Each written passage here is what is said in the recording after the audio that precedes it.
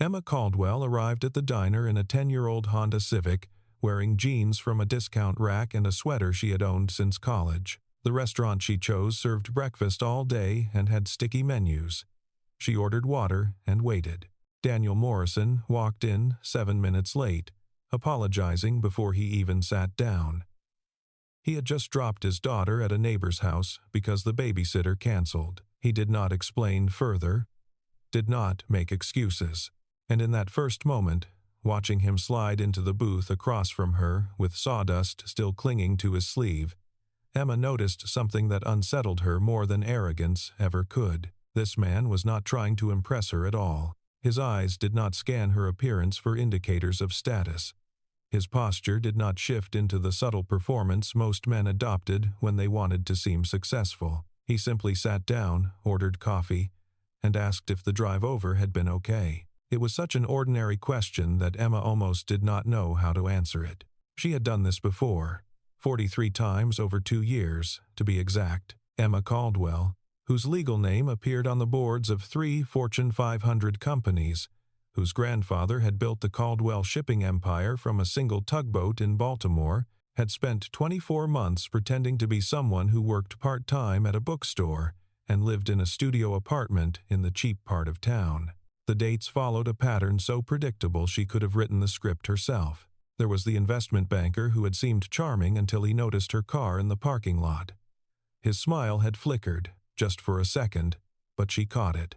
By the end of dinner, he was checking his phone every 3 minutes and excusing himself early with a story about an emergency at work. There was the architect who spent 2 hours explaining how he could teach her about wine, art, and culture, as though her apparent poverty was a deficiency he could correct. There was the tech entrepreneur who had asked her out 3 times, then ghosted her completely when she mentioned she could not afford the restaurant he had chosen for their 4th date. And then there were the ones who stayed, the men who saw her apparent lack of means as an opportunity. A marketing executive had offered to help her pay rent in exchange for exclusivity. A divorced attorney had suggested she move into his guest house, free of charge, with an understanding that she would be available when he wanted company.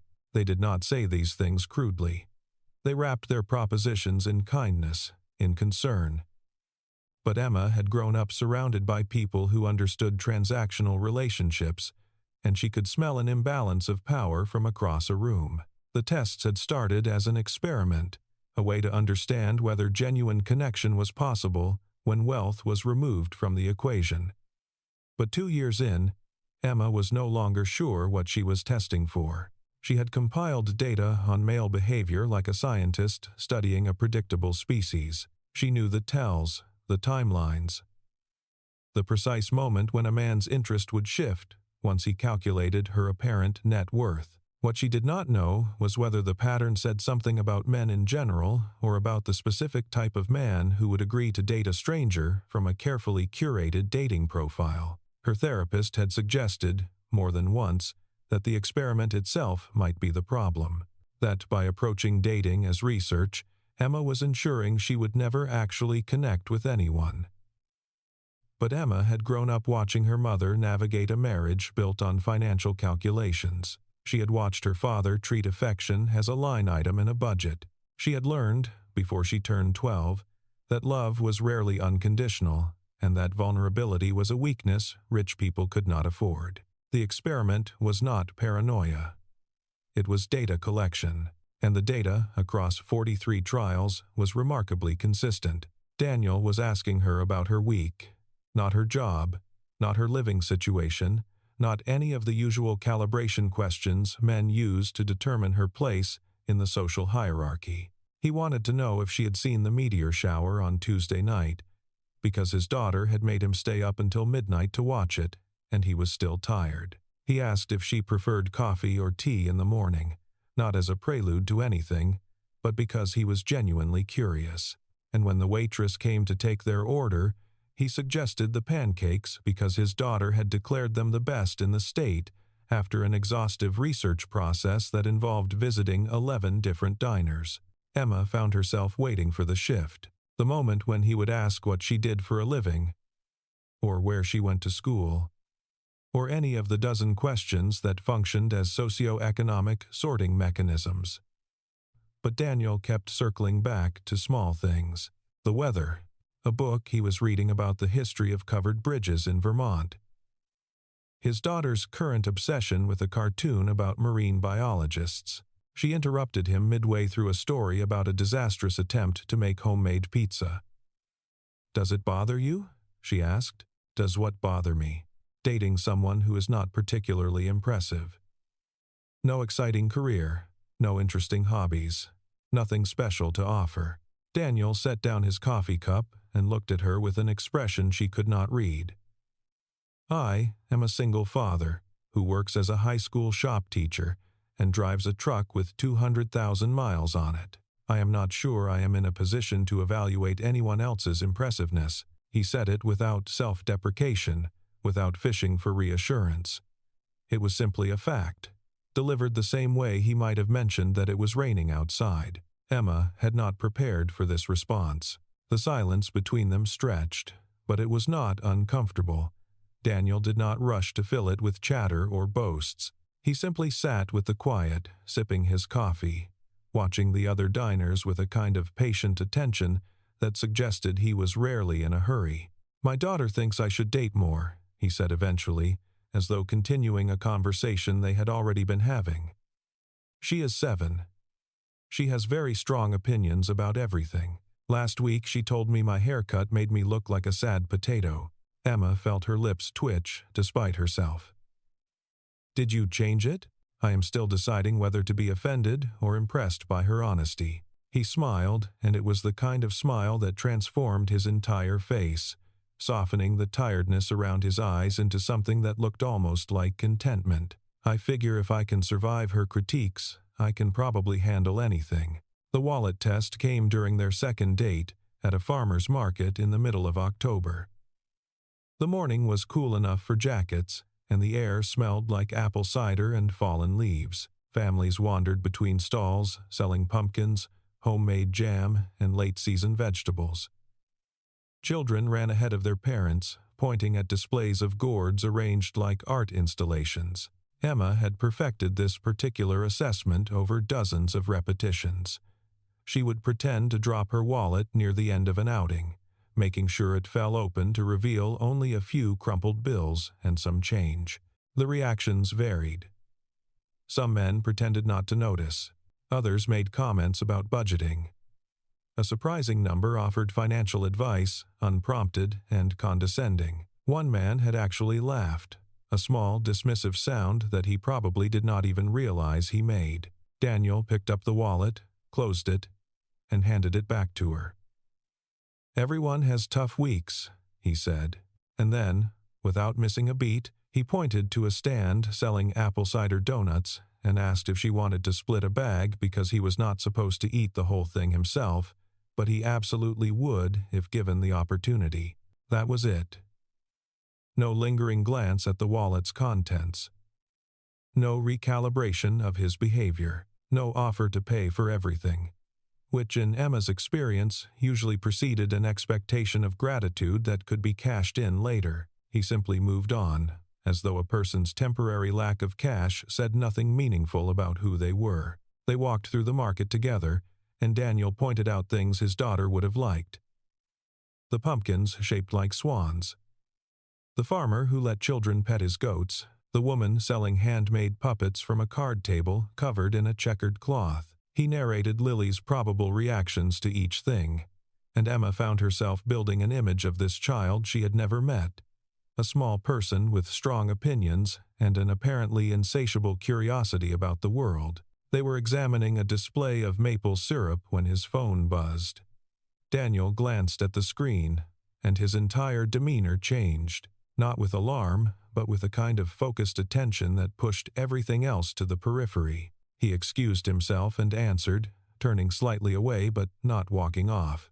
Emma could hear a child's voice, high and excited, talking rapidly about something that had happened at school. Daniel crouched slightly, as though making himself smaller even though his daughter could not see him, and listened with complete concentration. He asked questions. He made sounds of amazement at appropriate intervals. He promised to look at something when he got home. The call lasted 4 minutes. And when he hung up, he looked almost surprised to find himself at a farmer's market with a woman he barely knew. "Sorry about that," he said. Lily discovered that caterpillars make cocoons, and apparently this is the most important scientific breakthrough in human history. Emma watched him slide the phone back into his pocket. In 2 years of testing, she had seen men take calls from their children with impatience, with performative affection designed for an audience, with barely concealed irritation. She had never seen anyone disappear so completely into a conversation with a 7-year-old, then return without any apparent concern about how it might have looked. She realized, with a discomfort she could not name, that Daniel had not experienced the wallet moment as a test. He had experienced it as a woman dropping her wallet. There was no performance in his response because he had not understood that a performance was expected, and that meant her entire framework for evaluating him was failing to produce usable data. They met again the following week and the week after that. Each time, Emma arrived with new tests prepared, subtle ways to probe his reactions to her apparent poverty. Each time, Daniel failed to notice that he was being examined. He talked about his daughter's school, about the challenges of teaching teenagers to use power tools safely, about his attempts to learn to cook meals that were not variations on pasta with red sauce. Emma found herself asking questions she had not planned. She wanted to know how he had ended up teaching shop class. He told her about dropping out of an engineering program when his wife got sick, about taking the first job he could find that offered health insurance and predictable hours, about discovering that he loved watching students build things with their hands. She asked about his wife. He told her simply that she had died 4 years ago, ovarian cancer, diagnosed too late. He did not perform grief for her benefit.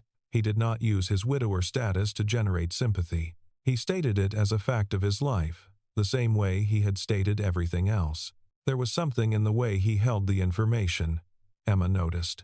Not hidden, but protected.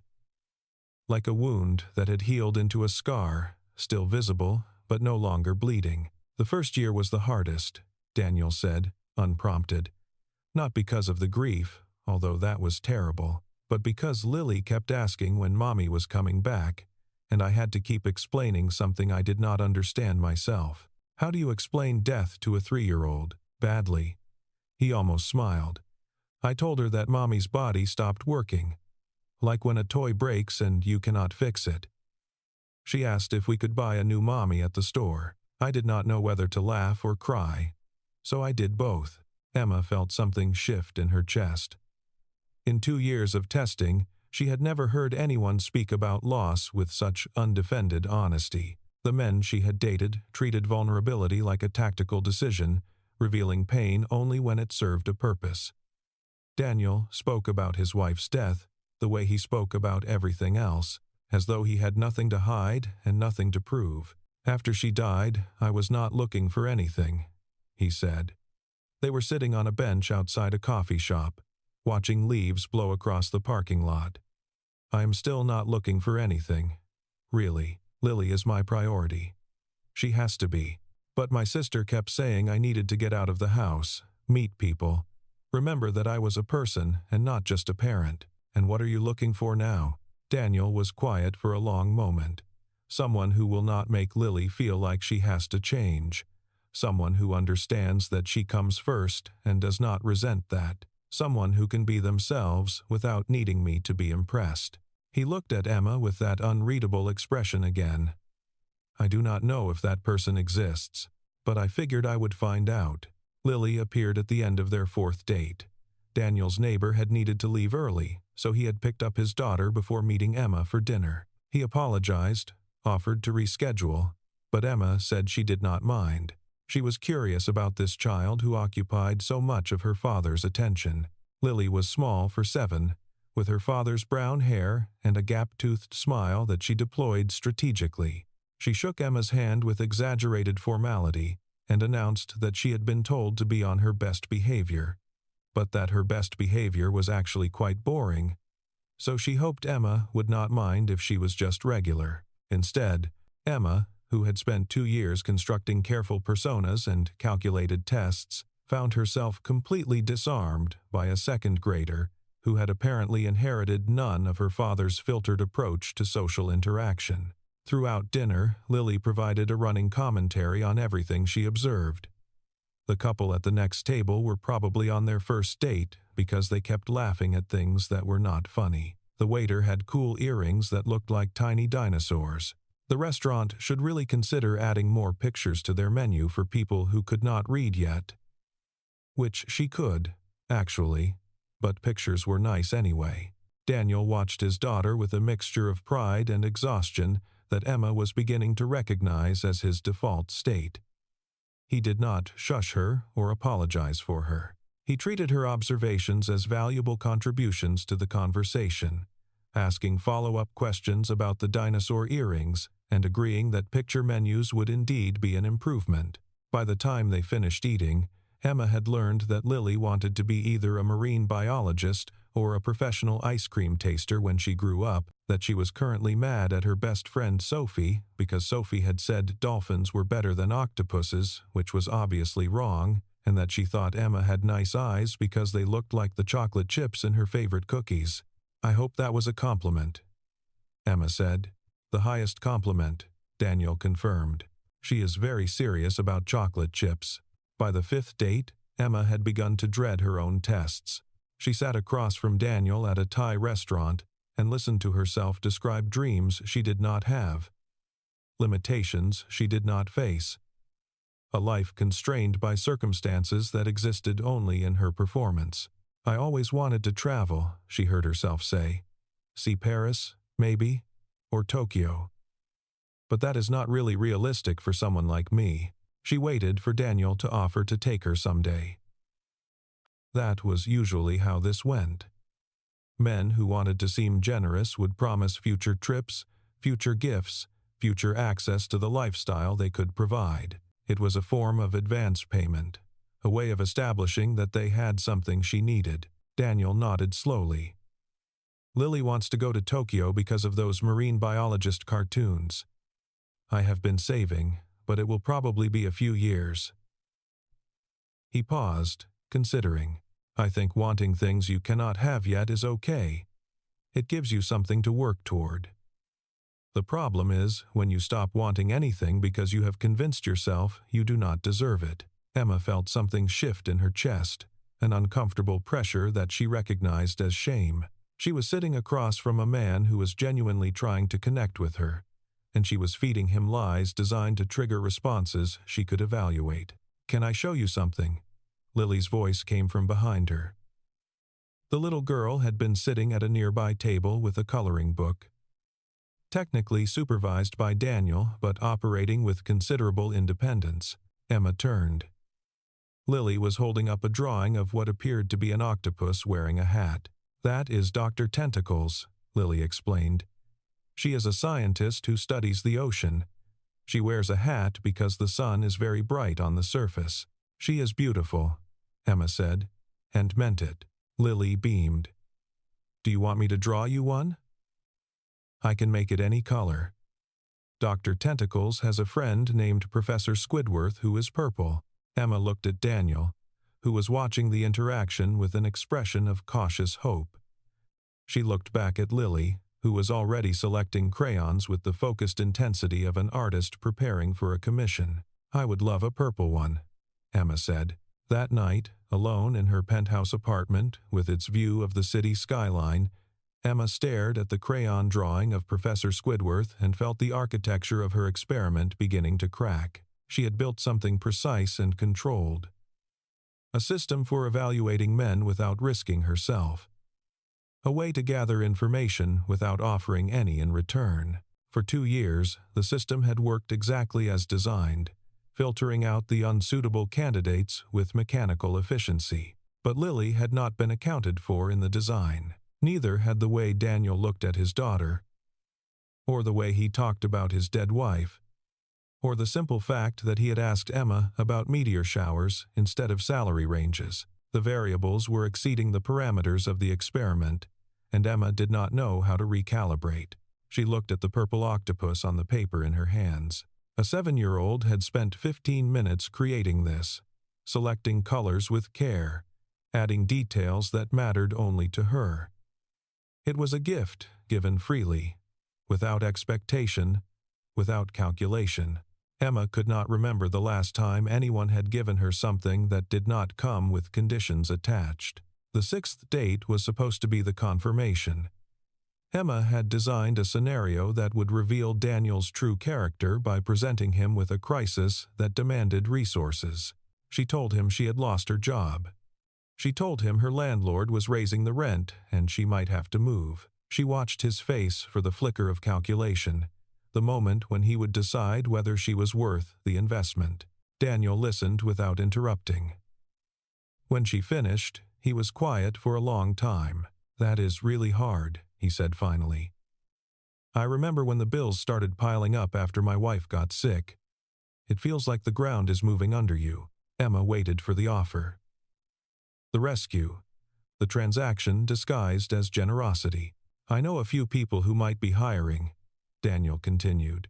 "My neighbor runs a landscaping company, and my sister works at a non-profit that is always looking for grant writers. I could ask around, if that would help." "That is kind, but you do not need to solve my problems.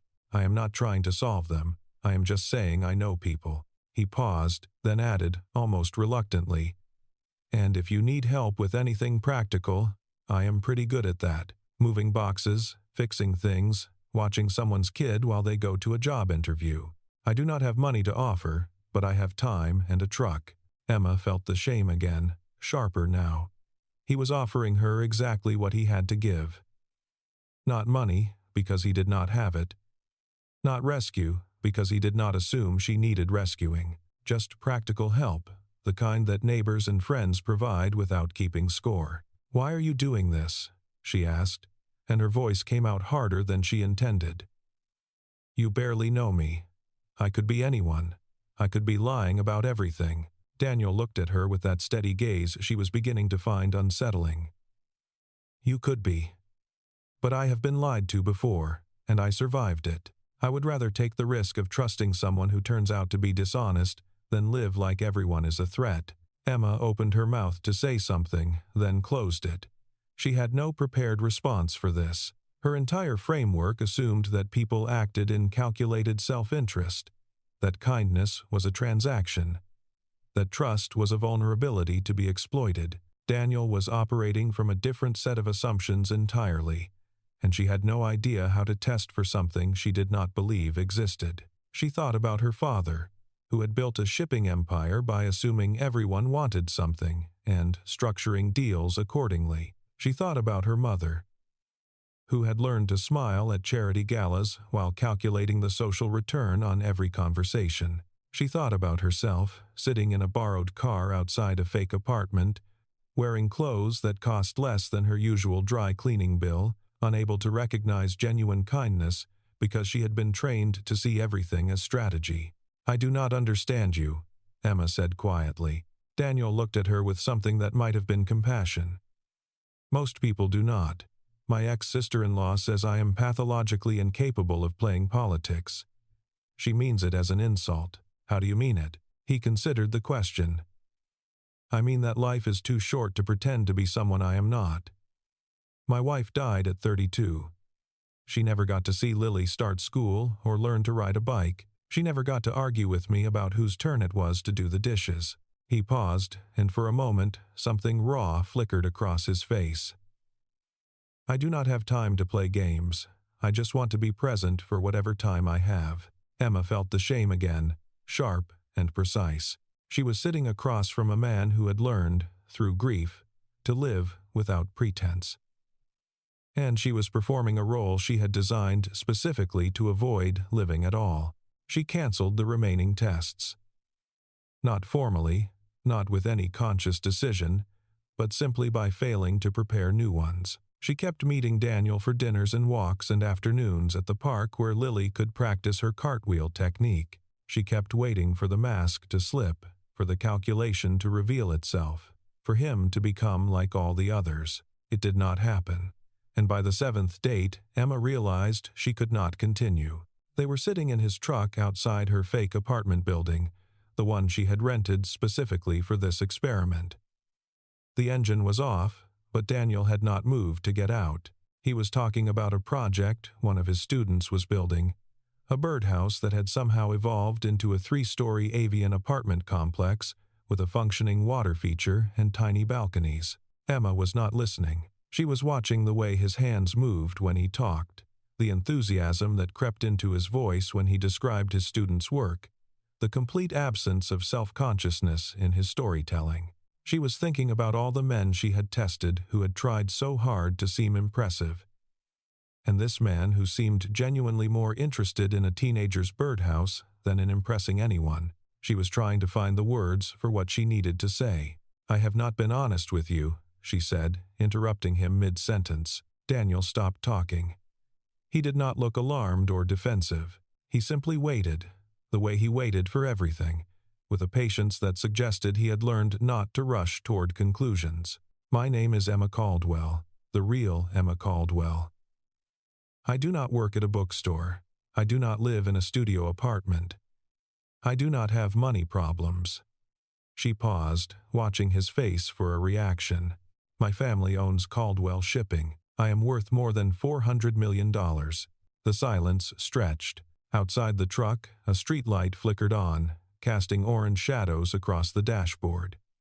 Daniel's expression did not change, but something behind his eyes shifted, a door closing quietly. "I have been testing you," Emma continued, unable to stop now that she had started. "For 2 years, I have been going on dates pretending to be poor, watching how men react. Most of them fail. They are condescending or dismissive, or they try to leverage my apparent need into some kind of advantage. And me? You have been different. You have not tried to rescue me or patronize me or leverage anything. You have just been yourself." Daniel nodded slowly, processing. When he spoke, his voice was flat. Was Lily part of the test? The question hit Emma like a physical blow. She had not expected it. She had prepared for anger, for accusations of manipulation, for demands to know what gave her the right to experiment on people. She had not prepared for him to go immediately to his daughter. "No," she said quickly. "Lily was never part of any test. I would never. But you met her. You spent time with her. You let her draw you pictures and tell you about her cartoons and ask if you would come to her school play." Daniel's voice was still flat, but there was something underneath it now, a protective edge that Emma recognized from watching him with his daughter. She is 7 years old. She does not understand that adults sometimes pretend to be people they are not. Emma had no response. She had constructed elaborate justifications for her experiment, reasoned arguments about the impossibility of authentic connection in a world structured by wealth and power. But she had not considered the collateral damage. She had not thought about a 7-year-old who might have started to hope for something. "I am sorry," she said, and heard how inadequate it sounded. Daniel was quiet for a long moment. Then he said, "I think you should go." Emma nodded and reached for the door handle. Before she opened it, she turned back. "For what it is worth, you passed. You were the only one who passed." "I was not trying to pass anything," Daniel said. "I was just trying to get to know someone." He did not watch her walk away. Emma spent 3 weeks replaying the conversation. She analyzed Daniel's reaction, the way she had analyzed dozens of failed dates, looking for the tells, the self-interest, the hidden calculation. She found nothing. He had not been angry that she was rich. He had not been excited about her wealth. He had been hurt that she had potentially hurt his daughter. That was all. She called her sister, who worked as a therapist in Boston and had spent years listening to Emma justify the experiment without ever quite endorsing it. "Let me understand," her sister said. "You found a man who treated you well, regardless of your apparent circumstances. He was kind, genuine, attentive, and prioritized his daughter above all else. And your response was to reveal your deception and then leave. I had to be honest. You had to be honest 2 years ago, before you started lying to dozens of people. Honesty now is just damage control. Emma did not have an answer for that either. She thought about her childhood, about watching her parents perform affection at charity galas while barely speaking at home. She remembered being 8 years old and asking her mother why she smiled differently at parties than she did at breakfast. Her mother had explained, with the patience of someone teaching a necessary skill, that different situations required different faces. She thought about her first serious boyfriend, a Harvard MBA who had proposed with a ring that cost more than most people's cars, and then negotiated a prenuptial agreement that treated their marriage like a corporate merger. She remembered sitting across from his lawyer, listening to clauses about asset protection and infidelity penalties, and realizing that she was not being offered love. She was being offered a partnership with attractive terms. She had built the experiment to prove a hypothesis. That genuine connection was impossible when wealth distorted the equation. But sitting alone in her penthouse, surrounded by art she had purchased because advisors said it would appreciate, she realized that she had also built it to protect herself. As long as she was testing, she was not vulnerable. As long as she was evaluating, she was not investing. The experiment had allowed her to go on 43 dates without ever really being present for any of them, except for Daniel. Daniel had somehow slipped past her defenses by refusing to play the game she had designed. He had treated her apparent poverty as irrelevant and her actual presence as interesting. He had asked about meteor showers and pancakes and covered bridges. He had not tried to impress her or rescue her or calibrate his behavior to her perceived status. He had just been himself, and when she had revealed the deception, his only concern had been for his daughter. If you have to test someone to trust them, Daniel had said, then maybe you are not ready to love them yet. Emma turned the sentence over in her mind, examining it from different angles. She had heard it as a criticism at the time, a rejection of her entire approach. But maybe it was something else. Maybe it was an observation about a condition that could be changed. She found him at Lily's school play. It was a production about the water cycle, performed by second graders in costumes made from painted cardboard and crepe paper. Emma sat in the back row, hoping not to be noticed. But Daniel saw her as soon as she walked in. He did not approach her during the performance. He watched his daughter deliver 3 lines about evaporation with an intensity that suggested the fate of the world depended on her pronunciation. He applauded with both hands when she took her bow. He took 17 photographs, none of which would probably be in focus. Afterward, when the auditorium was emptying, he walked over to where Emma was standing near the exit. "You came," he said. "I wanted to see the play. Lily talked about it so much." Daniel nodded, neither welcoming nor dismissive. "She is at the reception with her grandmother. They are serving juice boxes and cookies. I did not come to see Lily." Emma took a breath. "I came to apologize properly, not for lying about who I was, although I am sorry for that, but for treating you like a subject in an experiment instead of a person." Daniel did not respond immediately. He watched a family navigate past them. A father carrying a child still wearing half a raindrop costume. "Why did you really do it?" he asked. "The experiment." 2 years is a long time to spend testing people. I thought I was protecting myself. I thought if I could just find the right test, the right way to filter out the people who only wanted me for my money, I could find someone genuine. Emma paused. But the tests became the point. As long as I was testing, I did not have to actually trust anyone. And now? Now I think I was wrong. Not about the tests, some of them probably did filter out people who would have been harmful, but about the assumption underneath. She met his eyes. I assumed everyone was performing. That kindness was always strategic. That no one could just be themselves. I was not performing. Daniel said quietly, "I know. That is what made you so confusing. You did not fit any of my categories." They stood in silence as the auditorium continued to empty. A child ran past, clutching a construction paper cloud. "I am not going to pretend the last few weeks did not happen," Daniel said, finally. "You lied to me for months. You let my daughter get attached to someone who was not real. That matters. I understand. But I also know that people are complicated. I know that everyone has reasons for the walls they build, even when those walls end up hurting others." He paused. "My wife used to say that forgiveness is not about pretending something did not happen. It is about deciding that the future matters more than the past." Emma waited, not daring to hope. "I am willing to try again," Daniel said.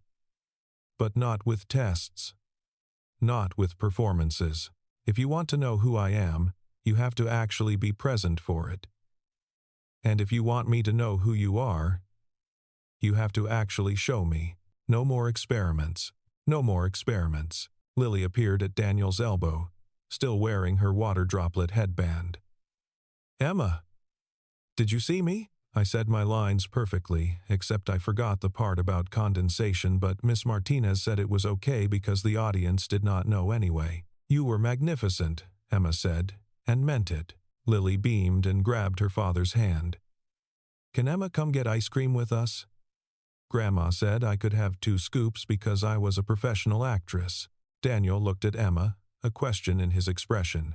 "I would love ice cream," Emma said. They walked out of the auditorium together, Lily chattering about the various merits of different ice cream flavors. Daniel's hand brushed against Emma's once, briefly, and she did not pull away. The months that followed were not a test. They were simply life, unfolding without a script. Emma learned that Daniel hated mornings but made pancakes anyway because Lily loved them. She learned that he cried at sad movies and pretended he had allergies. She learned that he sang off-key in the shower and knew an improbable amount about 19th century bridge construction. Daniel learned that Emma's wealth had isolated her since childhood, that she had never had friends who wanted her company instead of her access. He learned that she was allergic to strawberries and afraid of heights and secretly terrible at chess despite owning 3 antique chess sets. He learned that she had spent so long performing confidence that she had forgotten what vulnerability felt like. Lily learned that Emma could be trusted with secrets, that she showed up when she promised, that she would never use their connection as part of some larger agenda. The drawing of Professor Squidward still hung on Emma's refrigerator, surrounded now by dozens of others. An evolving gallery of a 7-year-old's artistic development. Emma never told Lily about the experiment. That was Daniel's decision, made after long conversations about what children needed to know and when. Maybe someday, when Lily was older, they would explain how her father and Emma had really met. But for now, Lily only knew that Emma had shown up at a farmer's market, and then at a school play, and then she just kept showing up. It was not a fairy tale. Emma still struggled to trust without verification. Daniel still put up walls when he felt his daughter might be at risk. They argued about money, about parenting, about Emma's tendency to solve problems by throwing resources at them, and Daniel's tendency to refuse help he perceived as charity. But they also learned, Emma discovered that trust could be built through small moments of reliability rather than dramatic tests. A text message returned promptly, a promise kept without fanfare, the accumulation of ordinary moments that, over time, became evidence more convincing than any experiment could provide. Daniel discovered that accepting help did not make him weak, that love could include material support without becoming transactional. They negotiated the vast gap between their circumstances not by pretending it did not exist, but by talking about it honestly, awkwardly, repeatedly, until they found a language that worked for both of them. On a Tuesday afternoon in late spring, Emma and Lily sat on the porch of Daniel's small house, drawing pictures of the ocean. Daniel was inside, making dinner, occasionally visible through the kitchen window as he moved between the stove and the counter. "Emma," Lily said, not looking up from her drawing, "are you going to be here for a long time?" "I am planning to be." "Is that okay with you?" Lily considered the question with the seriousness of a 7-year-old who had already learned that adults did not always keep their promises. "I think so. Dad smiles more now, and you never act like I am in the way. You are not in the way. You are the whole point." Lily nodded, accepting this as a simple statement of fact. She added a purple tentacle to her drawing and held it up for inspection. "This one is for you. It is Dr. Tentacles and Professor Squidward having a tea party. They are best friends. Emma took the drawing and looked at it for a long moment. 2 years ago, she would have analyzed it for subtext, searched for hidden meanings, filed it as data in an ongoing experiment. Now she just saw a gift, freely given, from a child who had decided she was worth trusting. "Thank you," she said. "I will put it on my refrigerator with the others." Daniel called them in for dinner. Lily ran ahead, already talking about something that had happened at school. Emma followed more slowly, pausing at the door to look back at the yard, the neighboring houses, the ordinary street in an ordinary town. She had spent 2 years testing men to find one who would pass. But the lesson, she understood now, was never about passing tests. It was about being present, about showing up without performance, about choosing every day to be real instead of protected. Daniel had not passed her test because he had better character or superior values. He had passed because he was not playing the same game. He had simply been himself, with all his limitations and wounds and stubborn decency, and he had invited her to be herself in return. It had taken her months to accept the invitation. It would probably take years to fully understand what it meant. But for now, she walked into the kitchen where a single father was serving pasta to his daughter, and she sat down at the table, and she was exactly where she belonged. The house was small, the furniture was worn, the pasta was probably overcooked, but Lily was laughing at something that had happened at school, and Daniel was pretending to be offended by a comment about his cooking, and the evening light was coming through the window in golden stripes across the scratched wooden table. Emma had grown up in mansions. She had dined in the finest restaurants in the world. She had attended galas where the flower arrangements alone cost more than Daniel made in a month. None of it had ever felt like this. No tests, no performances. Just a family, slowly becoming real. And somewhere on a refrigerator door, surrounded by drawings of marine biologists and octopuses and purple squids having tea parties, there was evidence that trust could be given freely, without conditions, without calculation. All it required was the courage to be present. All it required was the willingness to be known. Emma was still learning. She suspected she would be learning for a long time. But for the first time in her life, she was not protecting herself from the lesson. She was simply living it.